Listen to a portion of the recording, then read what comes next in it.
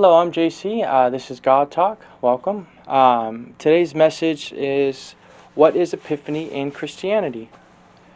Okay, so Epiphany, basically, it's a Christian festival day that celebrates the revelation of God incarnate as Jesus Christ, right? Eastern Christians, on the other hand, commemorate the baptism of Jesus in the Jordan River, seen as a manifestation to the world as the Son of God, right? So basically, what it is just a day that we celebrate the uh, um, the birth of Jesus Christ with I believe the three wise men, or which can be considered the three kings. I mean, through time, it changed to three kings. They were magi, and also as well as Jesus Christ being baptized in the Jordan. Okay. The Roman Catholic and Protestant churches, they kind of emphasize this little tradition with the visit of the Magi when they kind of celebrate the Epiphany. The Eastern Orthodox Church they kind of focus more or less on Jesus's baptism, right? It's one of the oldest Christian feasts there are. Okay, it's been pretty much celebrated since like the end of the second century, even before Christmas holiday was established. So it's a pretty old tradition in that regards.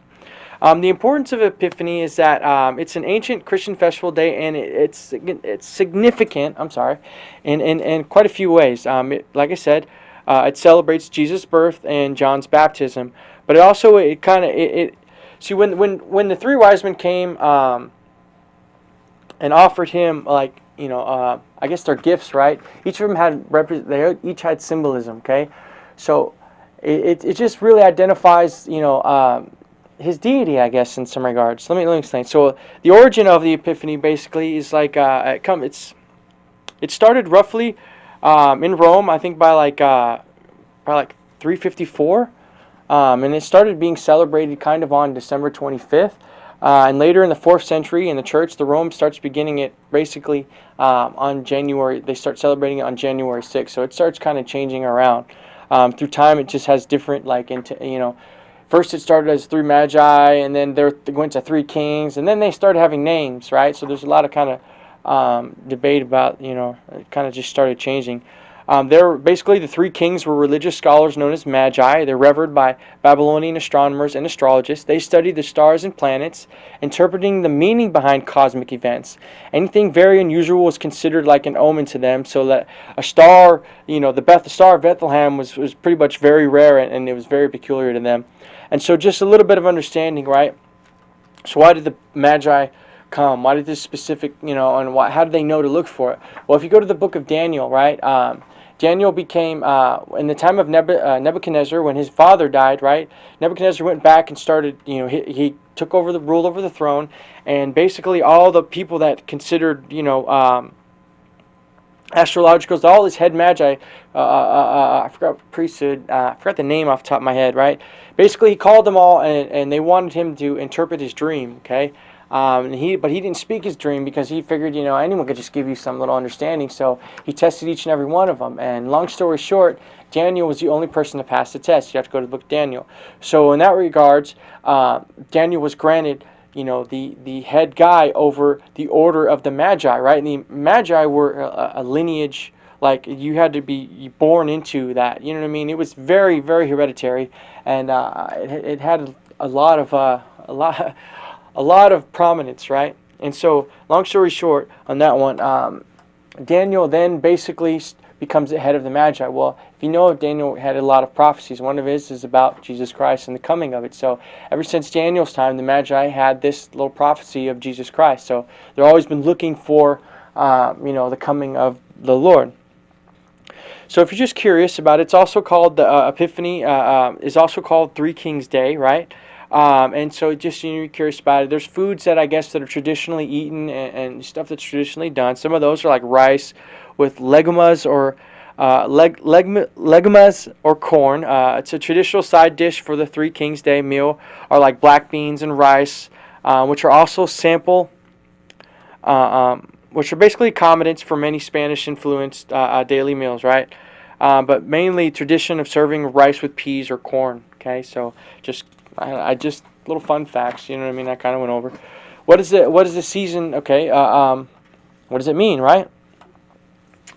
Um, So basically, several Protestant churches celebrate the Epiphany season and lasts until the day before Ash Wednesday, which marks the beginning of the season of Lent, right?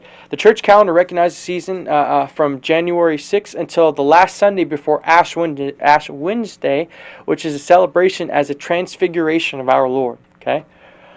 So if you also look up to like the 12 days of Christmas, that has to do with it. So it goes from like Christmas, the 25th, and then it starts the 26th all the way to January 6th, right? That's 12 days. Well, each of those, that song has meaning, right? I should have put that in here too. I didn't think about that. So right now,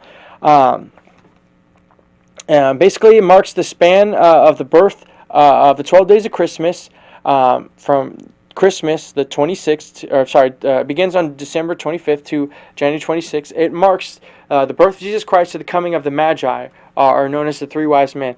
Now, what happened is those three wise men, they gave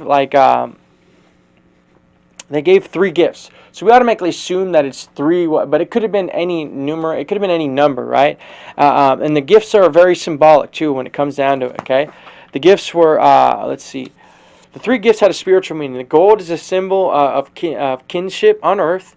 Okay, so he was kingship. So that gold was just he's going to be a king. Okay, frankincense is a symbol of a deity, and myrrh is a symbol of death. So basically, sometimes this is described more generally as gold symbolizing virtue, frankincense symbolizing prayer, and myrrh symbolizing suffering. Okay. So, what is frankincense and myrrh? Both frankincense and myrrh are derived from like a gummy sap that oozes out of boswellia or campora tree. So, just once again, food for thought. Respectively, when their bark is cut. Okay, the leaking resin is allowed to harden and scraped off the trunk into a tear-shaped droplet, and it may be used in its dried form or steamed to yield essential oils.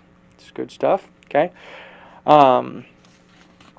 So the purpose of myrrh, okay, once again, is a natural gum or resin extracted from the number of small thorny tree species of genuine of the camora.